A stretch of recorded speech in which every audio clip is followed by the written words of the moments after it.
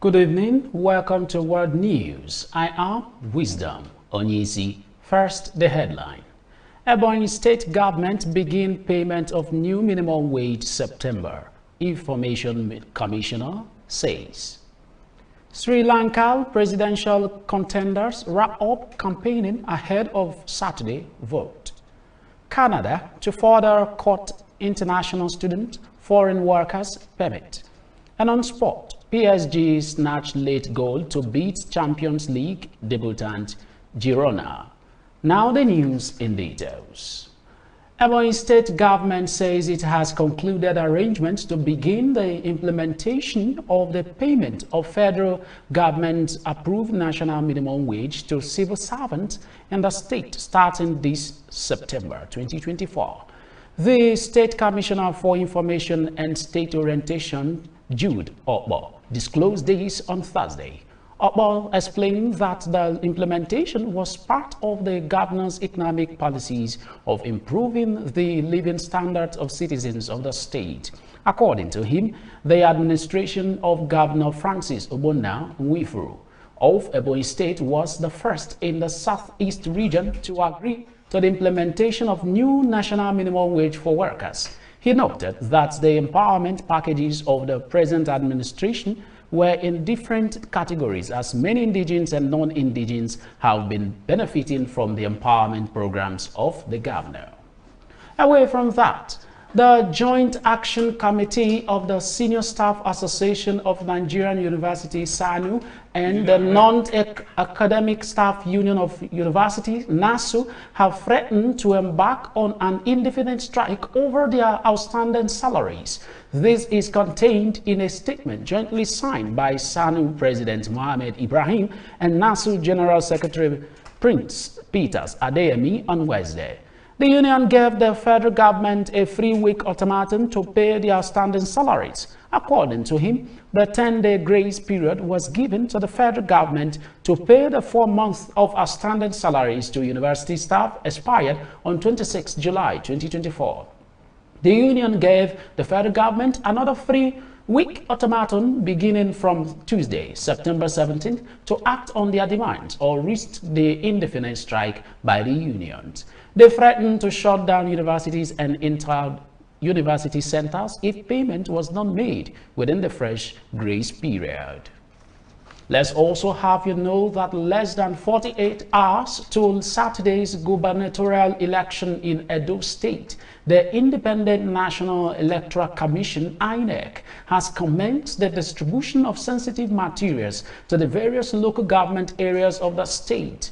The State Resident Electoral Commissioner, Onoha Onubum, told newsmen on Thursday that at the Benin branch of Central Bank of Nigeria, CBN, that the material would be distributed to the 18 local government areas in the state. Onubum said the distribution is ahead of the Saturday, September 21st governorship election in the state. We also have you know that the Nigerian Customs Service Kirikiri Laltal Terminal said it intercepted 51.25 kilograms of cannabis, indical value at 256 million naira in September. In a statement released on Thursday, the Custom Area Controller in charge of command, Joy Edudok, disclosed this while handing over the seized hard drugs to officers of the Nigerian Drug Law Enforcement Agency at the command in Apapa, Lagos. Edudok added that the act violates the provision of the Nigerian Customs Service Act 2023, Section 55, Subsection 1C and 1F. She maintains that the interception was a testament to the command's continued dedication and commitment to safeguarding the nation's borders from importation of illicit and harmful substance. Now, when we return, news from other parts of Africa. Stay with us.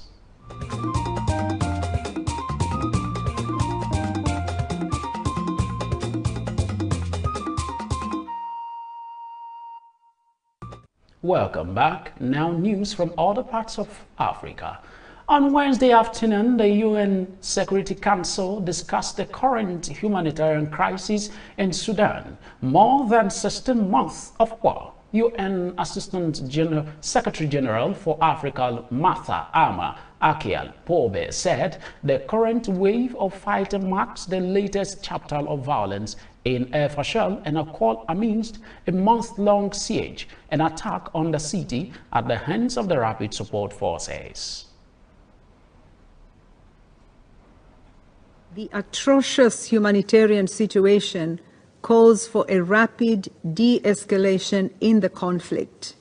We are therefore horrified by signs that the fighting will intensify as the rainy season draws to a close in the coming months. Flames of armed violence continue to be fanned by inflows of weapons to Sudan. We call on all member states to refrain from supplying arms to Sudan and to support the arms embargo for Darfur in keeping with relevant Council resolutions. Martha Ama Akeal Pobel also said it has caused appalling levels of suffering for the civilian population, including famine conditions in Zamzam camp south of El Fasher, among other locations. Sudan was plunged into chaos in April last year when simmering tensions between the military and a powerful paramilitary group, the Rapid Support Forces, exploded in open warfare across the country. Away from that news, fear and contagion are spreading in Kamitunga, eastern DRC Congo, the epicenter of the current Mpox outbreak. It is where the newest variant of the virus was discovered last year. Since the outbreak began, nearly 1,000 people in the Kamitunga have been infected and at least 8 have died, including 4 children. According to the WHO, common symptoms include a rash which may last 2 to 4 weeks. This may start with or be followed by fever, headache, muscle aches, back pain, low energy, and swollen glands. The goal of treating Mpox is to take care of the rash, manage pain, and prevent complications. We move to other parts of the world after this break. Stay with us.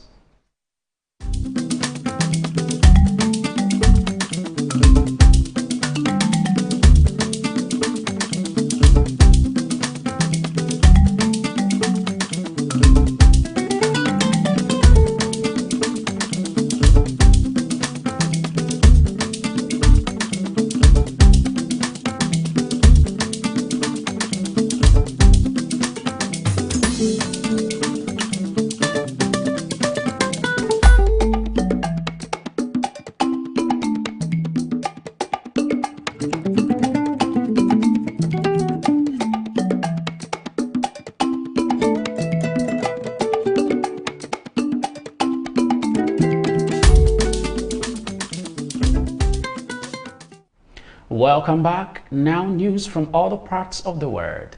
Canada announced it was slashing international student permit next year and tightening foreign workers' rule to further bring down the numbers of temporary residents in the country.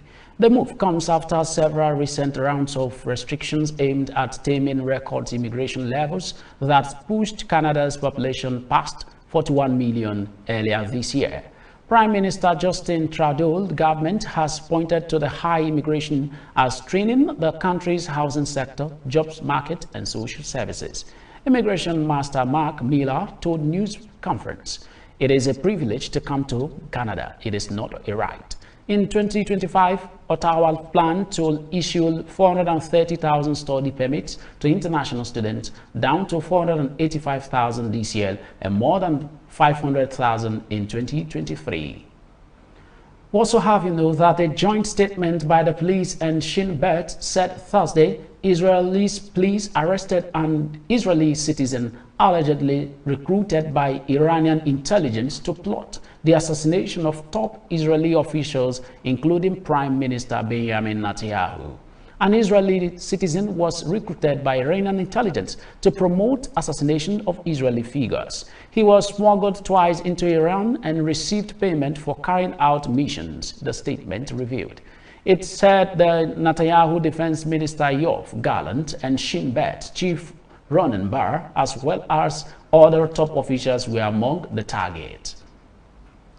Sri Lanka's presidential candidate wrapped up their campaigning on Wednesday, 48 hours before the election, pledging to fix the island country's ailing economy that is struggling to recover from a dilapidating financial crisis. Over 17 million Sri Lankans will vote on Saturday to elect a new president for a 5-year term, the first election since a severe shortfall of dollar reserves pushed the South Asian island into its worst financial freefall in decades. Supported by a $2.9 billion International Monetary Fund bailout, the country has since posted a tentative recovery and is expected to post 3% growth this year. It is also working to finalize a $12.5 billion debt restructuring with bondholders. President Rani Wardsinghani, one of the three frontrunners, recapped his policy wins and debt restructuring efforts in the last lap, saying he hopes to complete negotiation with bondholders on Thursday. Up next is business. Stay with us.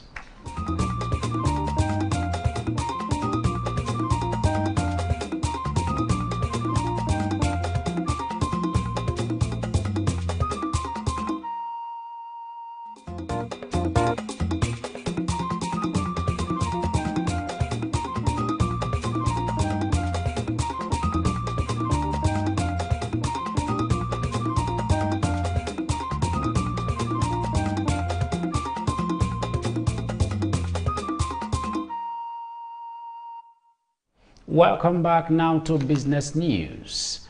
The Bank of England had interest rate at 5.0% on Thursday and voted to run down its stock of British government bonds by another £100 billion, that is $133 billion over the coming 12 months, a move that could weigh on the government's finances. The Monetary Policy Committee voted 8-1 to keep rates on hold. Only external member Swati Dagra voted for a further quarter-point rate cut after the BOE last month delivered its first reduction to borrowing costs since 2020. Economists had forecast a 7-2 vote to keep rates on hold after last month's tight 5-4 decision to cut rates from their previous 16-year high. Still on business news, Chinese policymakers will likely step up measures to at least help the economy meet an increasingly challenging growth target for 2024. Analysts and policy advisors say, with a sharper focus on boosting demand to fight persistent deflationary pressures. Officials' data shows the world's second largest economy slowed broadly in August, fueling expectations for more stimulus. President Xi Jinping recently urged authorities to strive to meet the country's annual economic goals, signaling Beijing remains committed to hitting its ground 5% GDP growth target. Policymakers are navigating a complicated economic landscape, with China's reliance on infrastructure spending to drive growth, exacerbating debt risk. Excessive domestic investment amid weak demand has also fueled deflationary pressures, which have already pushed down prices and forced companies to reduce wages or fire workers to cut costs. Still to come is sport. Stay with us. This is Hillstv. Quality broadcasting is what we'll bring to you. Now we be this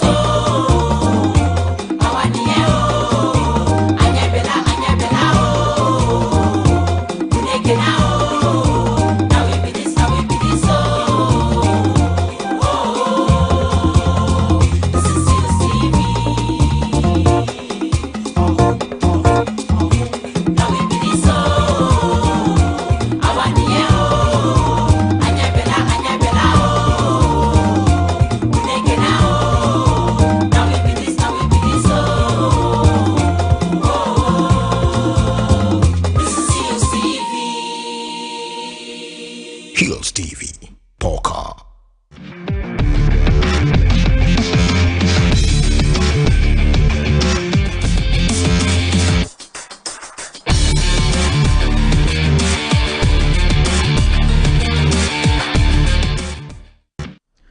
Welcome back now to Sport News.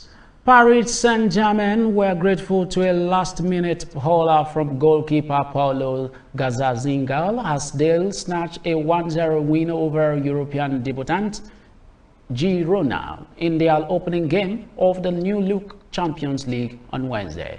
PSG had over 60% possession and 24 attempts on goal, but looked set to be left frustrated by the opponent at the Parc des Princes until a low Nino Mondes across skimmed under Gazzaniga and into the net in the 90th minute. It was a harsh ending to their Champions League bout to Girona, who qualified for Europe for the first time in their history after a historic third-place finish in La Liga last season. Great Britain's Emma Raducanu moved through the quarterfinals at the Korea Open by beating China's Yu Yun in straight set. Raducanu, 21 years, seized control of the match by winning 6 successive games to wrap up the opening set and then take charge of the second. The 2021 US Open champion, ranked 17th in the world, eventually took place in her 7th match point to win 6-4, 6-3 and reach the last 8 in Seoul. Raducanu will play Russian top seed Daryl All-American Hailey Bastille for a place in the semi-finals. Yul, the world's number 40, recovered an early break in the opening set, but Raducanu landed another blow in the 9th game before taking her first set point on serve. Having come from 4-3 behind in the first set, Raducanu maintained her momentum at the start of the second, establishing a 3-0 advantage with a quick-fire double break either side of holding to serve to love. Over to cricket. An unbeaten century by Ravichandran Ashwin led Indians' fight back from a poor start against Bangladesh on day 1 of the first test in Chennai. Ashwin hit 102 not out on his home ground, his 6th test on, to lift the host from 144-6 to 339-6 at the close. He put on 195 from 227 balls with fell all-rounder Ravindra Jadeja. Their unbroken 7th wicket stand changing the complexion of a previously strong day for Bangladesh. India were 36-3 inside the first hour when Virat Kohli was caught behind for 6 of Seaman Hassan Mahmood, who took for 58. Mahmood also had captain Rohit Sharma taking at least second slip for 6 and Shobman Gill cut down the leg side for an 8-ball dog. And that's your sport news on World News.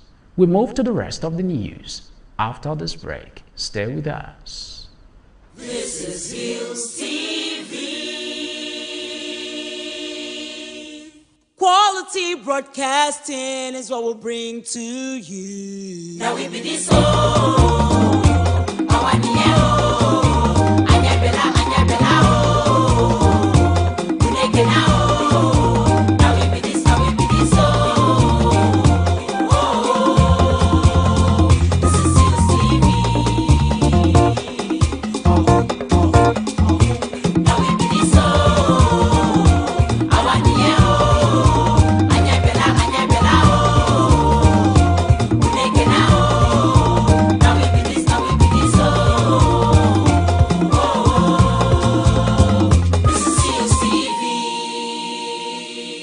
Hillstv, Polka. Welcome back. Now the rest of the news. China said on Thursday its Liaoning aircraft carrier had been on a routine training mission in the Western Pacific and dismissed charges by Tokyo that the vessel and its escort had entered Japanese waters.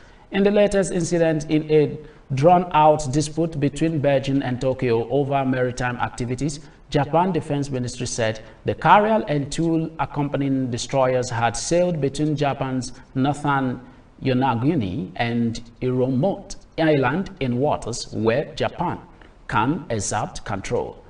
China's defense ministry responded on Thursday by saying the vessels were on a training exercise that was in line with relevant international laws. It did not give an exact location. Japan's Deputy Chief Cabinet Secretary Hiroshi Moriya said on Wednesday that Tokyo had conveyed its serious concern to Beijing, describing the incident as utterly unacceptable. And that's what news. But before we go, here are the headlines once again.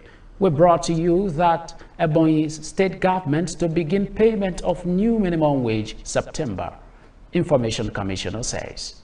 We also told you that Sri Lanka presidential contenders wrap up campaigning ahead of Saturday vote.